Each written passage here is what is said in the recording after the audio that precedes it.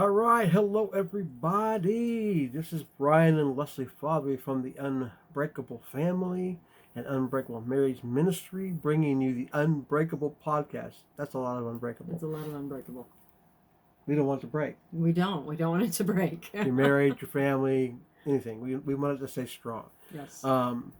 So we've given you like a month and a half opportunity to call in, email us, direct message us, let us know the topic that you wanted for September, because we have just passed our first annual podcast. We have now been podcasting for over a year. Whoa! Yay! Yes! Yay! Way to go! Which includes our kids and family and people we've invited throughout the last year. We're hoping to do even more and even better throughout this oncoming year. So we gave you that opportunity, and guess what? You didn't take it. No one asked us or gave us any ideas of what to do. So we get to come up with our own, because we left September blank on purpose when we set up concepts and ideas and formats and topics to be discussed and issues to be brought forth. And we had done that way back whenever, the first of the year. It's okay, because the Holy Spirit's always faithful, and Yes. so He has topics on His mind, even if none of us do. So He does. So we've been talking about it, and we've not been on for about 2 weeks. We've had people with different kinds of colds and flus and allergy stuff and weirdness, so we haven't really recorded for about 2 weeks. So we're 2 weeks behind. This will actually come on. This should be last week's. And then it's retro. And then today's we'll be doing shortly after we do last week's. So you're getting the prequel, and then you're getting the middle, and then you're going to get the sequel. It's going to be great. It's kind of like a movie trilogy, by some... It didn't matter. So anyway, I'm kind of rambling because we talked about... My wife had a topic which she had for one session, and then I've been thinking about it for the last 2 weeks because we hadn't recorded what to say, what to do, and so I just felt like we need to go back and revisit something that we did earlier in the year a little bit from a different perspective, because we never say the same thing twice. No, we're not really scripted. If you hadn't notice figured that out yet, we have notes, but we're not scripted. There's a difference. So we're going to take this first session, and we'll see if it goes into 2 or more. We'll see how it goes. And we're kind of winging this by the seat of our pants. My wife's like, here's your note. And it's one singular note. And she's like, go get him, Tiger. Let's see where this goes. I'm following him. We're all going to be in it together. It's all going to be good. This is going to be good. She goes, or it could be bad. We could rabbit trail bad. This could be bad. So if this is the worst podcast you've ever heard, blame it on me, not on her. It's okay. I'm the organizer. I'm the one who's detailed. This is my sanguine husband who just goes with it wherever he's going. So it's all right. We balance each other out. The scripture says this. It says be ready in season and out of season. It does. To share what the Lord puts on your heart. Yep. And that's happened so many times to me in my lifetime. This is not the topic, by the way. So just a little rabbit trail before we get to the topic. I have an anointing in my life as a pastor. Yes. And one of the things that happens to me on a regular basis, still to this day, is people will walk up to me and just regurgitate their life to me. They'll just throw up their problems on top of my head. It's awesome. And I remember the first time that actually happened. I'm working, and I'm taking a break, and I go to this little fast food restaurant, and there's no one in the place. No one. I mean, the staff and me, because it's a late lunch.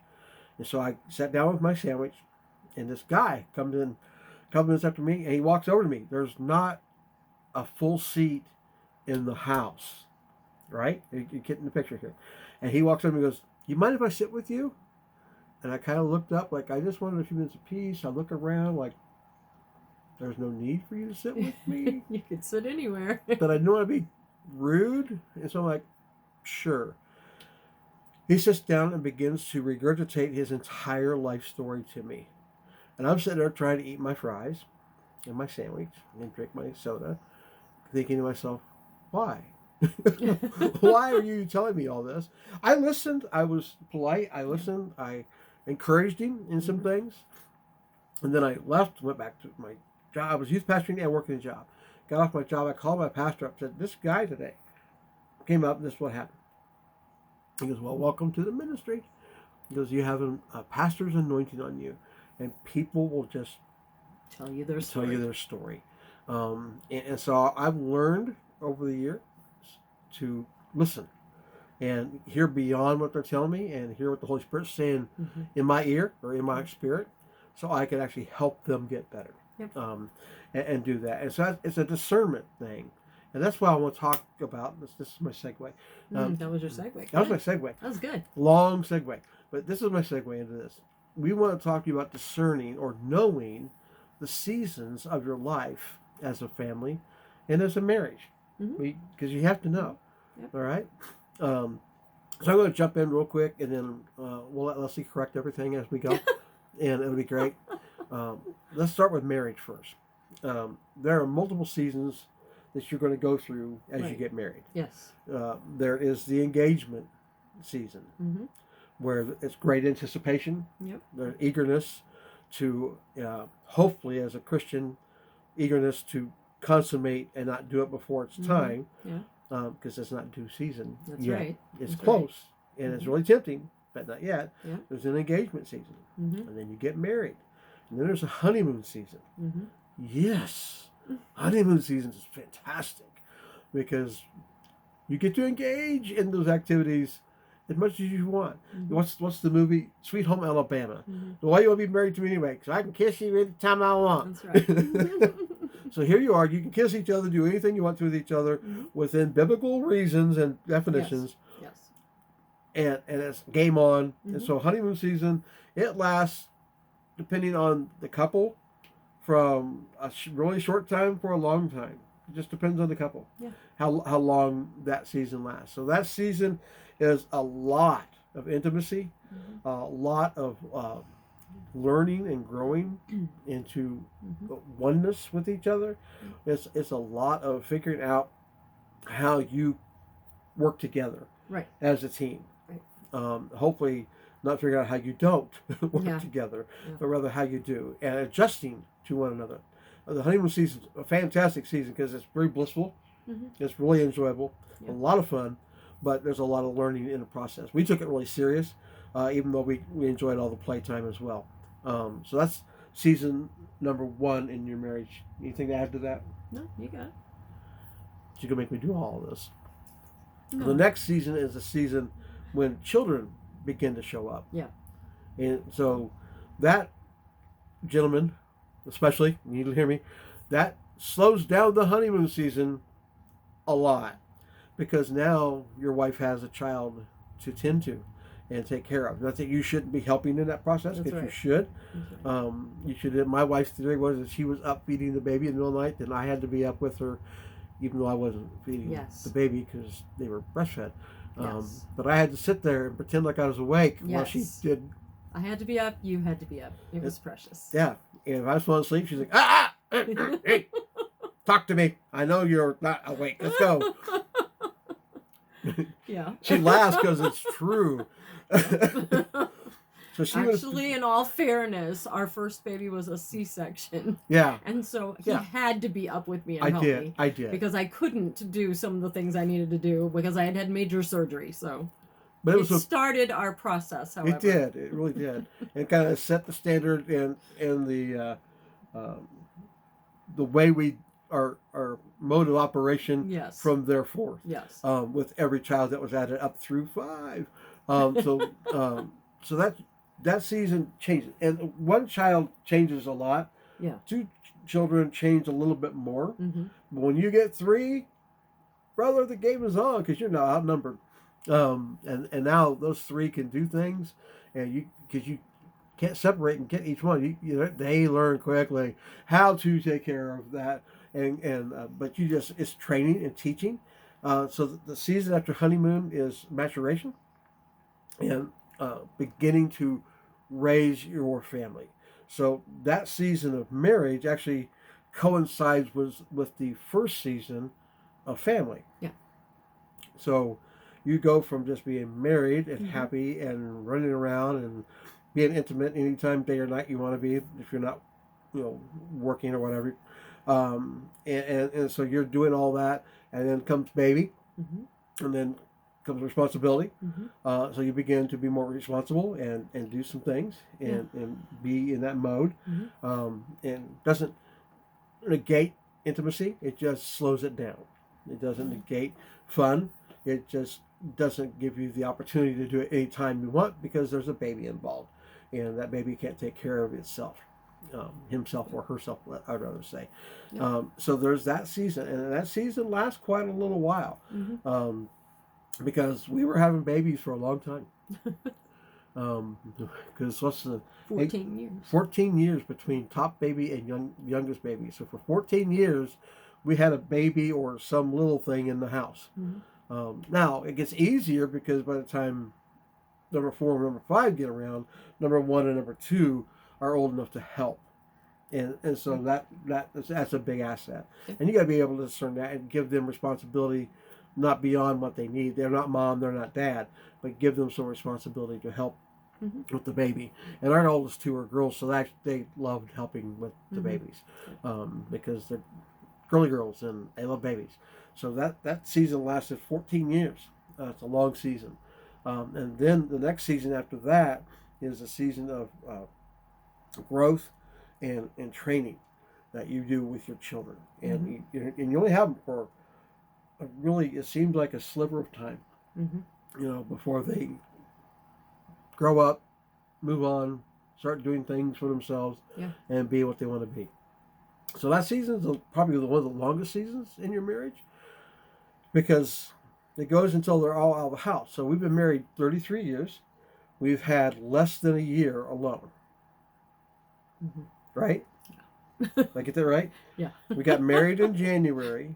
We had a baby by in December. Mm-hmm. And we've been baby and training and doing all the way. Now, all of our children are now adults. Yeah. As of a week or so ago, we no longer have any teenagers. Yep. They're all 20 plus now. Yeah, so they're adults. How young is my wife and how old am I? That's all I'm saying. But wow. We posted some pictures of our youngest and how she turned 20 and blah, blah, blah. And we had a person that we know from our past is like, oh my God, I feel old. It's like, join the club. So there's that season. So my children now are working. Mm-hmm. I have an author in the house. I have a child who works in a retail store, another one who works in the service industry. Mm-hmm. We have one son who would be considered special needs. Mm-hmm. He's overcoming autism, so he draws and does things from home. Mm-hmm. So we still have our oldest is out of the house. And our oldest is out of the house, married with children. Mm-hmm. And so we have to discern all these seasons, and I'll tell you, it's not always easy because when our oldest, she's the first one, of course, obvious, Mr. Mm-hmm. Obvious here, to leave the home. And I remember we took her to Bible college, and we drove all the way from Illinois to Texas to take her to Bible school. Mm-hmm. And we dropped her off, we hugged her, we went to the gratuitous ceremony they had for parents to say, we're going to be your kids will be okay with us. Now get the heck out of Dodge. We're going to take care of them here on out. Leave. And so we're leaving, and we get about 15, 20 minutes down the road. We're barely away from the college campus, right? And I look at my wife and said, you do understand, she does not have to come home ever again. And she starts crying and said, shut up.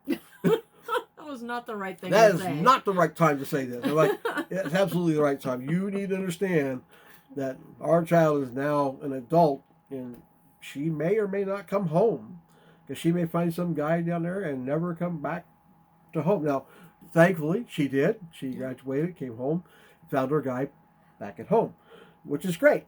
Yeah. And that's not always the case, though. Mm-mm. But you have to recognize the season. So all I was doing was helping my wife recognize this is a new season. Mm-hmm. And not just for us, Yep. but for our oldest daughter at the time. Mm-hmm. So knowing the seasons is so important to how you stay out of depression, how you stay out of anxiety, Yeah. how you pressure can be removed from you when you know the season, Mm-hmm. because there are moms, more so than dads, but dads too, that when their children begin to leave home, it affects them in a very negative way. Yeah. Anything to add at that point? No. Mm-mm. No, it's true. It's true. What he said is true. It does affect people, and you have to be ready for it. I think prepped is really a key. And you have to be almost aware the season before it comes. We're from Illinois originally, and Yeah. still live here currently. Yeah. Looking to move, but we're currently in Illinois, and you can tell the seasons ahead of time. Yes. Because you can we're a very agricultural community where we live. We live down in central Right. Illinois. I know if you hear Illinois, you're thinking Chicago or Peoria. We're not. Nowhere that. near. We're near Peoria, but we're not anywhere near Chicago. And so very agricultural where we're at. So you know that it's almost spring Mm-hmm. when the farmers are getting their equipment serviced. Mm-hmm. They're not out in the fields, No. but you can see them. You can see their big barns opened up. You can see when they're Mm-hmm. working on their combines and their tractors and their threshers and all the pieces of equipment, their planters, everything that they're going to be using. Yeah. They're working and preparing them because it's almost time to begin to do that. Right. You also see semis coming and going from the places where they hold the grain Mm-hmm. for the seed. So they're grabbing their seed, taking it back to their farms, preparing to plant. Yes. So we can see it ahead of time. Yep. And so there's things that you can see, signs of the time, if you will, Yes. that their preparation is coming, and so you can see that. Yeah. And you can see when summer's coming because they're in the field. Mm-hmm. They're in the field and they're planting and they're doing and spraying stuff everywhere, and things are happening. Mm-hmm. Kids are getting out of school, so summer's about ready to start. Each season has a certain feel to it. You can feel winter. Like right now, we're in September.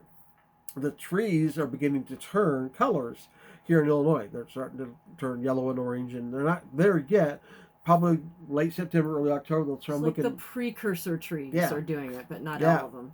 In our little space that we live in, we have trees that are shedding leaves already. Mm-hmm. Yeah. And we're like, it's too early. Yeah. But it's Feels too early. but it's a sign of time that Yeah. fall is here, and it's a precursor to what winter will be. Mm-hmm. So trees begin to shed their leaves, and so there's a sign. And so, but sometimes if you're not paying attention to it, you miss the signs, and you miss the fun part. Like one of our fun things to do is when all the trees turn colors. There's a couple places we like to drive to and go to, and look down on all the trees in the fields and look at that and see the beauty of all the colors. But if you miss it by a week, it goes from beauty to bare in a week. Yep. It's amazing. And now you've missed the transition, and you're in another season and didn't realize it. Right. Same thing happens in your marriage, in your family. If you're not preparing ahead of time for the seasons that are coming, then you're going to find yourself like, what just happened? What do you mean she just graduated? What do you mean he just got married? What do you mean he just got a job and moved 3 states away? What happened here? There's things that you need to be preparing yourself for as a couple ahead of time, so that when they do happen, like right now, all of our children but one could leave our house at any moment and be gone. And on to doing whatever they do, and they're ready. I got one that she's not leaving until her guy shows up. So when he shows up, praying for that guy to show up. And when he shows up, she's out of here. I'm just telling you, she's ready. She's like, bring me my man God. And so she's ready, and that's great. And she's preparing for that. And so when that happens, it's going to be a whirlwind. She's going to have a fast courtship. She's going to have quick marriage, and she's going to be off to wherever this man lives. I will say, though, that she, too, is preparing for that Yes. season. She knows that she needs to work on herself and be the best version of her that she can be, because that's what she can control. Yeah. She can't control where that man's at, how he's going to find her, or anything like that. She can't really control that, but she can control her prep for that next season that's coming in her life. And so she's made sure to do that, to put herself together spiritually, and to do the things that she needs to do physically. And she has that prep stage almost completed Right. all the way, and so she's ready for that next season. She's done what she's supposed to do to be ready. Right. Now here's what happens, because we went from engagement to honeymoon. How long that was for us, it was really short, because January married, December baby, who knew? And then 14 years of babies, and then another 18 years, 20 of raising them, right? And so now they're old enough to leave. When they do leave, what happens to a lot of people, they get what's called empty nest syndrome. Yeah. And so you have to prepare for that, because now you're going, and I'm actually looking forward to the children being gone. I love them. They'll tell you that I've been trying to kick them out since they were 3. Yeah. They will tell you that. I haven't been doing it. One of them just walked through the room back behind us. She's shaking her head yes. She's like, yes, he's wanting to get rid of us, just so you know. I'm not, but I'm preparing them, because my job is not to raise children. My job is to raise adults. Right. My job is to prepare them to become God-fearing, conscientious, productive adults. And we took a long-term approach to that when we raised our children. Right. And so because of that, now we have that result. The Bible says there always be harvest time, seed time, and harvest. So you plant a seed, there's time in the harvest. So our seed was our children. The time was all the time we took to train them, raise them, teach them faith, morals, biblical foundations, homeschooled them, taught them to be courteous, kind, all the things that we put into them. And now we're seeing a harvest of watching them become great adults. And that's kind of fun. That's a fun part of what we do. And so we're doing all that because it's harvest time. It's time for us to watch all the work we've done. Just like the farmer, he planted the seed, he took care of the weeds, he sprayed the crop, he did everything he's supposed to do. And then you just kind of wait and wait and wait and wait and wait, and just tend to it as you need to, and watch that grow. And there's a time where you might have to tweak something or fix a little thing here or correct something there. A little weed here or there. Yeah, and take care of that. And next thing you know, time to harvest. Yeah. That fruit is ripe, that corn is ripe, those beans are ripe, they're ready to be harvested. And so then it's harvest time. So right now we're at the phase where our family is ripe for harvest. Our children are ready to move out. They're ready to be their own selves, create their own families, and do all of that. And that's a cool season to know. But we need to discern that, because we need to be ready to be alone again, and just be the two of us. Now, be the two of us plus Matthew. We're still believing for Matthew to be healed of autism, but until then, he'll be with us. Unless one of the children want to take him for a little bit, we'll pretty much still have a child in the house. And we'll do that, but we'll still, I was thinking the other day, everybody was out of the house except for me, Leslie, and Matthew. And I'm like, okay, this is like a practice run today. Because everybody was out of the house. And it feels weird, because our house is loud. We're not a quiet family. We're a loud family. Loud. We have a lot of interaction. When they're making dinner, there's a lot of music being played, dancing going on, laughing joking, picking on each other, all sorts of stuff going on. So when they all leave, that's going to be missed, because it'll be quiet. So how do you deal with that? And how do you prepare for that? I'm excited about the time that Les and I can have those times again, alone, and do those things. And so it's a new season that we're entering into. So we said all of this, or I should say, I said all of this without much help. Wink, wink, nudge, nudge. She's patting me on the back. And you did a great job. Oh, listen to her patronize me. She pat me on the back like, go, baby, go.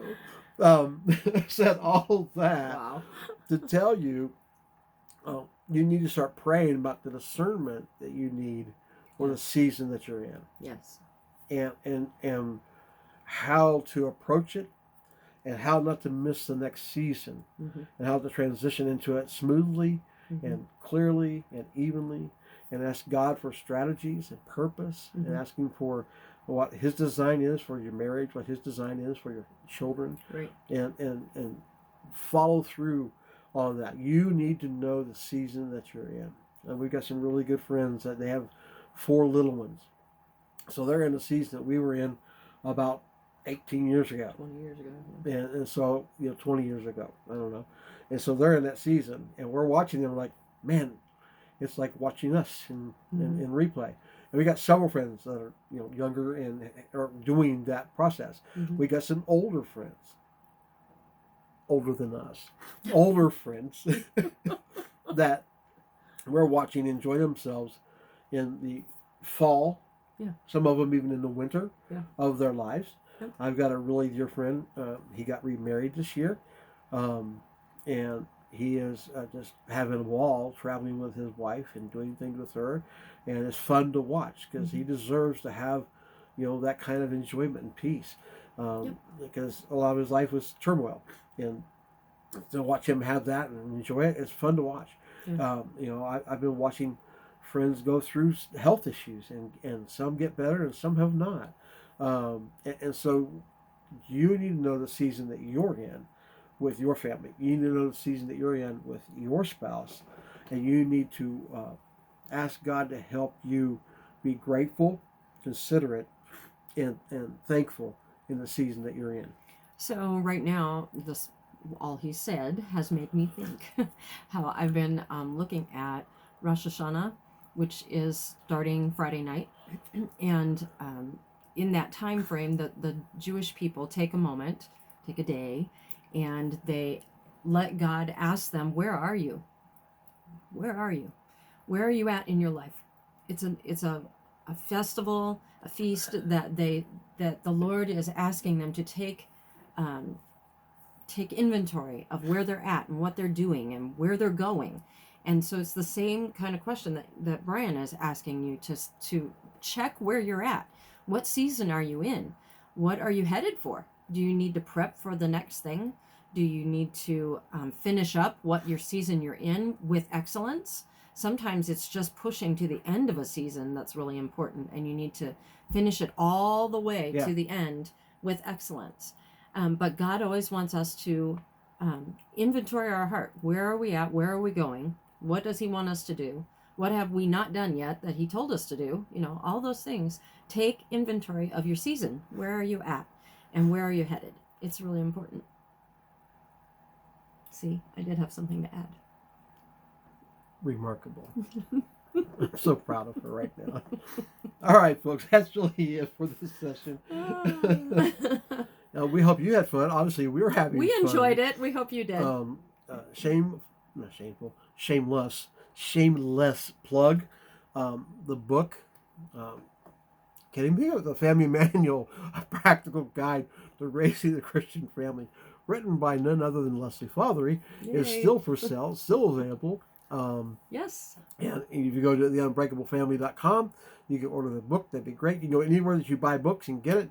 But we would love it if you go to our website, theunbreakablefamily.com, and get that book. Yep. All right. That's our shameless plug for today. Anything else that we need to plug and talk about? I think that's it. We're good. I want to do one last thing.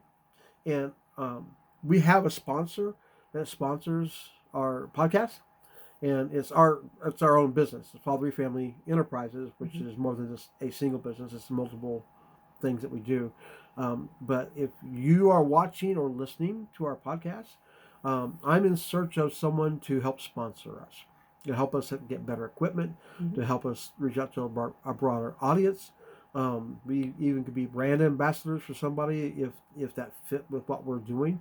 So we're in search of sponsors for the Unbreakable podcast. So if that's something that's on your heart or mind, you can email us at fathereesfamilyministries@gmail.com and say, hey, I'm interested, and we can start a dialogue, a conversation to see if there's a fit, because we're really careful about who we partner with, and we want you to be careful in partnering with us or not. Right. We want to be an equal fit. So we're in search of some sponsors to help us do more and do better. Right. So if that resounds with you, and you say, "Yeah, I would like to work with Brian and Leslie and their family in promoting this podcast and their ministry," let us know. And again, the email address is fathereesfamilyministries@gmail.com. If you're watching on the YouTube channel, we will drop that email inside the information stuff. So when you look at it, it'll be on there for you to just click on and go to. Yes. If you're on the podcast and listening, once again, it's Fathery Family Ministries at gmail.com. Okay? That's it for this week. We love you. We're praying for you. We hope that you keep your marriage and your family unbreakable. Yes. And we will talk to you in the next session really soon. Talk to you later. Bye. Bye.